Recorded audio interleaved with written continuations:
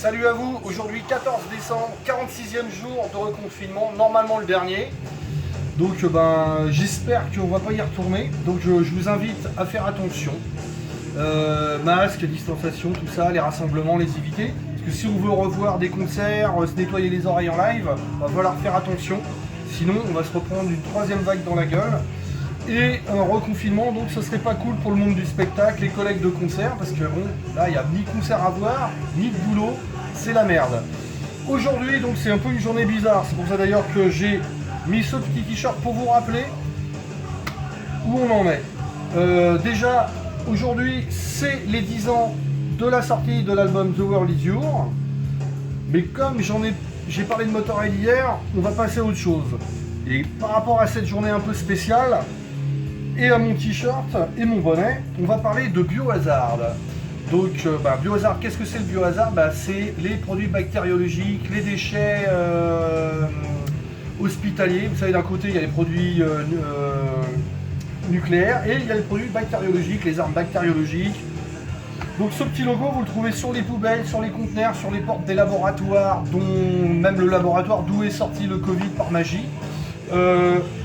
Donc c'est pour vous rappeler de faire attention à partir de maintenant, de continuer à faire attention, voire même plus. Donc je vais vous parler de Biohazard. Biohazard, c'est un groupe qui s'est formé en 90 à Brooklyn par 4 petits lascars, 2 chevelus, 2 crânes rasés, Billy Gradiel, Evan Sensfield, Bobby et Danny Scholler. Je les ai découverts avec Mucky Pop en tournée. Et sur cette tournée-là, Biohazard, ils sont tellement efficaces sur scène. Il y a Bobby qui arrête pas de tourner, comme ça, de faire tourner sur lui-même avec sa guitare. Première fois qu'on voyait ça. Billy qui saute partout et Evan devant au chant principal, puisqu'il y a Billy qui fait le deuxième chant, qui a une prestance avec une batterie qui démoule tout, ça pète la gueule. Du coup, sur toute la tournée, ils ont volé la vedette à Mucky Pop. D'ailleurs, pas mal de membres de Mucky Pop vont monter un groupe après qui s'appellera Dog Eat Dog, qui aura son petit succès. Biohazard, donc ils avaient sorti sur cette tournée un album, mais avec la tournée, ils vont être signés chez Roadrunner, ils vont sortir Urban Discipline.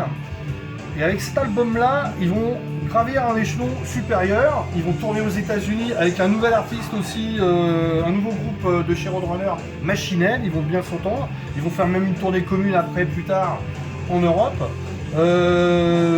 Biohazard, ils vont tourner aussi avec Creator, ils vont tourner avec pas mal de groupes. Alors pour les aficionados du hardcore, il y en a certains qui disent que Biohazard fait partie de la scène hardcore New York. Il y en a certains qui disent non parce qu'ils sont un peu trop influencés par le métal, mais bon. Je veux dire, Biohazard, ça a tourné avec Agnostic, c'est dans le même panier pour moi avec Psychophytol, avec Chromax et j'en passe. Après l'album Urban Discipline, ils vont être signés chez Warner, une major, et là ils vont encore gravir les échelons.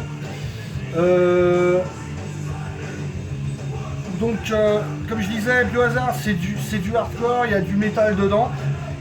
Ils ont un chant un peu assez saccadé, en plus il y a 2 chanteurs, donc il y a Evans et Billy qui chantent chacun leur tour. Il y a une sorte de duel, ça donne une énergie, ça booste, il y a des chants des refrains un peu rappés. D'ailleurs sur cet album là il y a un invité de marque, il y a Shendog,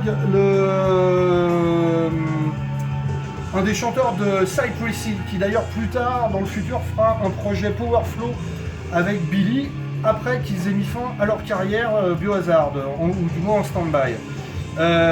Malheureusement, après cet album-là, Bobby, la toupie, le guitariste qui tourne sur lui-même, il va être évincé du groupe. Il va s'en suivre plusieurs guitaristes. Ils vont ressortir un album chez Warner, ils vont ressortir un live parce qu'ils devaient un album à Roadrunner. Après ils vont être signés chez Mercury pour un seul album. Malheureusement, comme ils n'ont pas dépassé le quota des ventes avec les majors, il faut dépasser un quota, eh bien ils vont faire qu'un album et atterrir chez Steam Hammer. Alors depuis 2006, ils n'ont pas vraiment sorti grand chose. Comment dirais-je, il y a le guitariste des Spud Monsters, Scott Roberts, qui avait remplacé Bobby. Et bien à un moment, il va y avoir un gros changement dans Biohazard. Il y a Evan Sensfield qui va décider de quitter le groupe. Donc c'est Scott Roberts qui va se mettre à la basse et au chant. Evans va partir dans une carrière de production de films porno. Bon enfin, passons. No comment.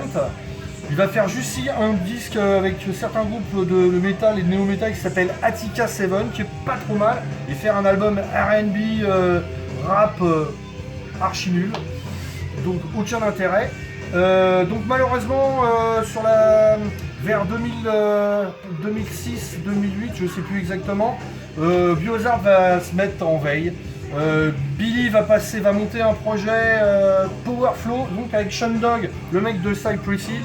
Projet pour moi plus intéressant, mais malheureusement passé dans l'ombre de Prophet of Rage.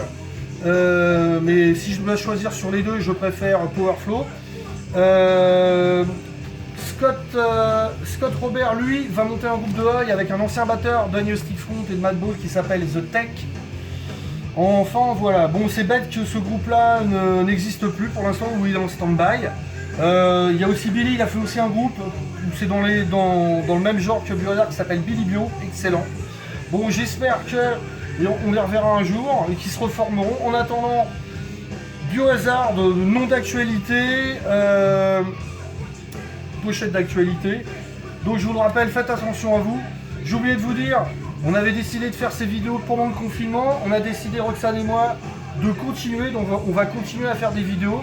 Peut-être pas tous les jours, mais on va essayer le plus possible de continuer à vous présenter des listes, de vous faire découvrir des groupes dans différents styles. Donc merci pour ceux qui ont partagé. Faites attention à vous. Et je vous dis à demain de toute manière.